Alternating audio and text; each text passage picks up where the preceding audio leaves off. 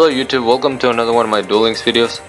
So I wanted to apologize because on my last video I said that I was gonna make a Marik farming video, but everyone came up with really good decks.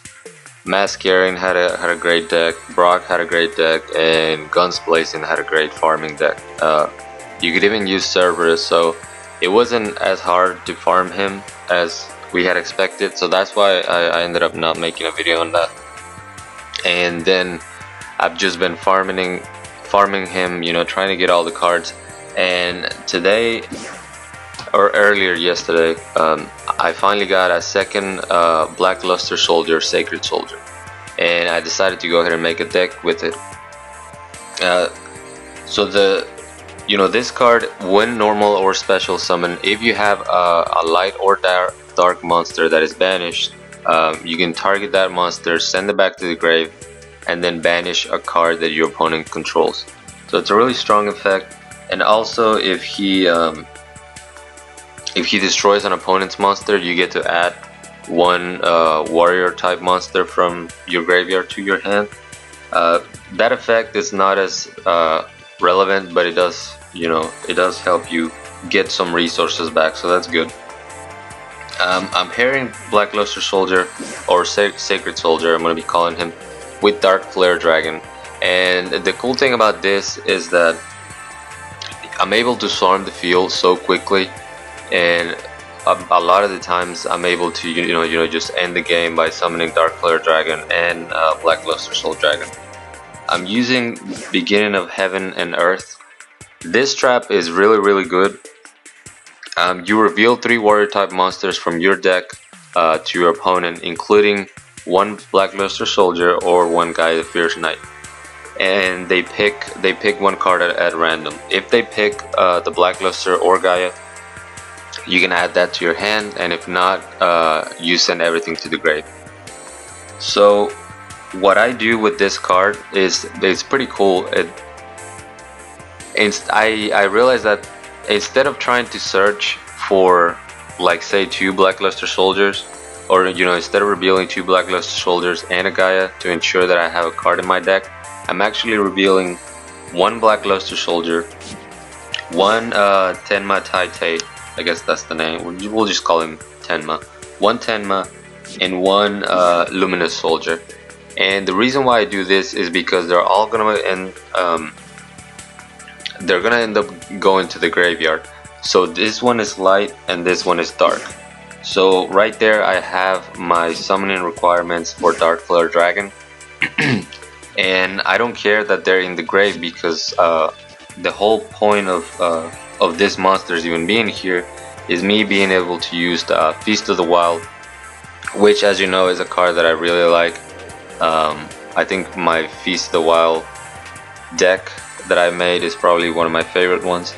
So that's what this deck tries to do. You want to get those cards into the grave, and you want to summon them, and I'm only summoning them to be able to tribute for my Black Luster Soldier. And once they go back to the grave, then I can just use Dark Flare Dragon to banish them and swarm the field that way.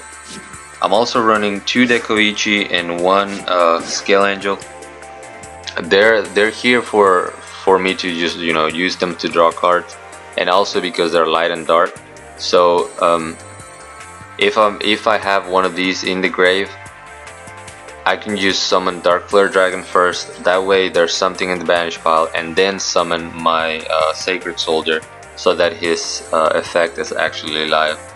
And I'm running 2 the Warrior Returning Alive, because, like I said, there's only a 33% chance of them actually picking the Sacred Soldier. So a lot of the times, I think most of the time, it's just gonna end up going to the grave. And this is how you get it. You get it back by using the Warrior Returning Alive. I'm also taking in 1 Advanced Force, just in case I don't have 2 warriors to summon. I can just summon 1 and steal tribute. If I have this card, I steal tribute for my Black Luster Soldier, my Sacred Soldier. And I'm also running my one and only anti-magic arrows, just to be able to end games because we are running Last Gamble, and you don't have to rely on Last Gamble, but you do use it, you know, to get your combo pieces. So you want to be able to end the game, that way your opponent doesn't, you know, just finishes you. So that's kind of a long explanation for the deck, but I only have replays for you guys because I was using this at work, and I just got home from work. I'm really tired, so I want to be able to go to sleep. But I wanted to put this out there because I think it's really cool, and you know, I haven't uploaded in a little bit. We also have another box coming up, so I'm really excited about that. So we're going up against Marik. He's using I can't remember the name of, you know, the big mask beast right now. I don't open any monsters, which is not ideal, but I do have the beginning of Heaven and Earth. Is that? Yeah, of Heaven and Earth. So as you can see, I reveal the two warriors and the Sacred Soldier. They all go to the grave, but that's fine. I'm gonna banish to summon my Dark Flare Dragon. I'm gonna activate my Feast of the Wild, and then summon my Luminous Soldier. So in this combo, this was actually one of the first tools I had with the deck before I optimized it.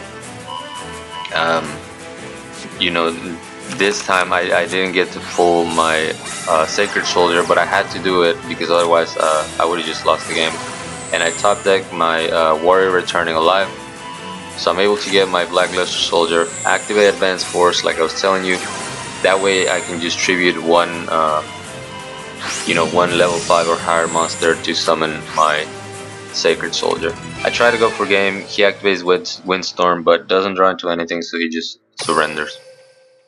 I did banish the Trance Archfiend. I forgot to mention that, but you saw it. So let's go to a second replay. A lot of people using Yami Marik.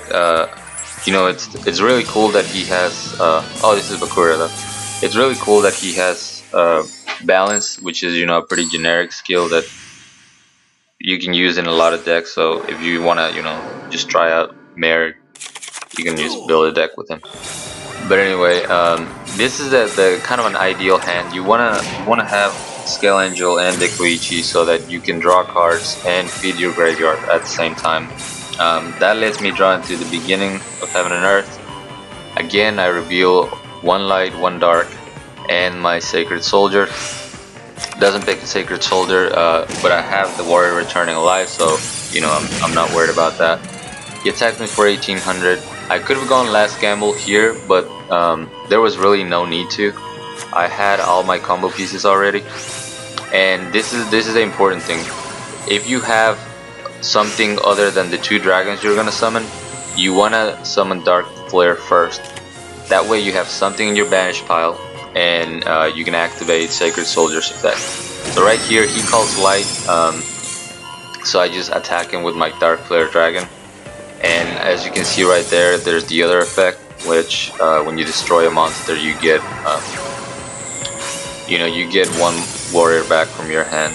Here I activate the beginning of Heaven and Earth again, just to thin my deck so that maybe I can draw into another Warrior Returning Alive, which I don't, but I do have another Dark Flare Dragon, so I'm able to swarm the field once again. He does have Windstorm. I don't play around it. I don't like playing around Windstorms. I'm still in really good shape. I haven't even used my Last Gamble, and I draw into the anti-magic arrows, which didn't matter, but would have helped in case he had any back row. I'm still able to pull the win. It's really fun. I really had a lot of fun using this deck. I'm still using it right now. Not really trying to climb anymore. Just kind of waiting on this rank season to end so that I can get my rewards. And you know, I'm also excited for that new box. I do have a lot of gems to spend on it, and I saw some cards in the preview that are really interesting, and I already have a bunch of ideas for that new box, so I can't wait. Here I just go with Dekoichi. This is a really strong hand. Opening with the Warrior Returning Alive is really good, or opening with, you know, the beginning of Heaven and Earth. That's kind of the card I'm looking for right here. So what I do is I just set Scale Angel, you know, to get some more cards into my hand. There's the beginning of heaven and earth. However, I did take a lot of damage, so I end up just using last gamble to try to fish out my combo pieces. I'm lucky enough to get you know, all the combo pieces I needed because I did roll a high number. Here it was actually a misplay. I don't know if you caught that, but I had to use both Feast of the Wild to summon, you know, each monster individually, and that was on my bad. I didn't mean to click on just one of them, so I end up wasting the second one. But it doesn't end up mattering since I do have anti-magic arrows and he can't stop my attack, and I just OTK. Pretty cool way of swarming the field. I did see somebody else using Light Ray Grepher to combo off with Sacred Soldier, and you know, it's really strong. That I need to try that as well. But I don't know, I like using Feast of the Wild, and I wanted to be able to take advantage of the trap card, you know, by using Dark Flare Dragon.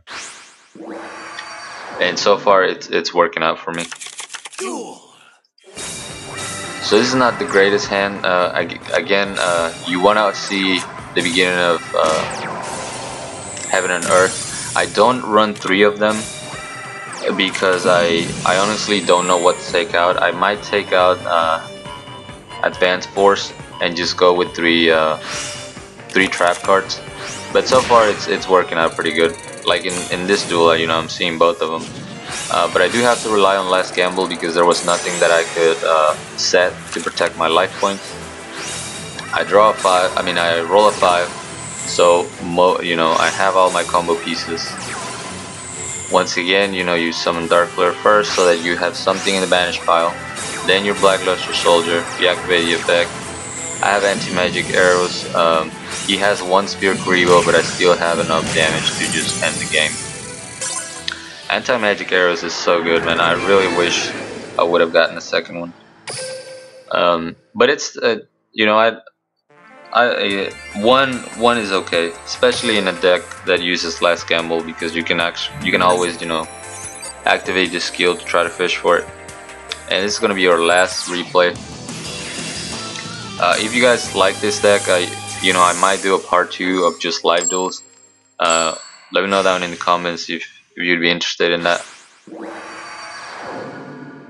I do like when I can just do all replays, that they're just so much quicker. So I'm going up against a weird Marik using Garland Dolph, which I thought was pretty cool actually. Activate my trap card, once again revealing 3, and I think this is the only duel where they actually pick the Sacred Soldier, so it comes to my hand, which it didn't really matter since I did have you know, the Warrior returning alive. I go for my combo once again, Dark Flare Dragon, Feast of the Wild, Sacred Soldier. I banish that monster so that he didn't get a card by me destroying it, and then I attack with my Sacred Soldier to, you know, to play around the mirror wall, which ends up being the correct decision. He doesn't pay for mirror wall, and he tributes both of my monsters for Lava Golem, which, you know, it was kind of funny that he did that, but he didn't have anything to stop me. I went for last gamble just in case. I'm lucky enough to draw into, you know, Dark Flare. I just tribute his Lava Golem and then summon my Dark Flare, but he didn't really have anything. I think he just wanted to kind of troll me with the Lava Golem. I haven't played around with it yet, but I definitely want to. So that's gonna be it for this video, guys. I hope you guys enjoy this deck. You know, once again, if you want to see more of it, I have no problem doing a second video on it. It's really fun. Like I said, I might add another beginning of Heaven and Earth. I don't think I would get another Sacred Soldier. 1, because they're too expensive, and I think 2 is a good number. So there's the deck. Thank you guys so much for watching. As always, like, comment, and subscribe if you want. And until next time.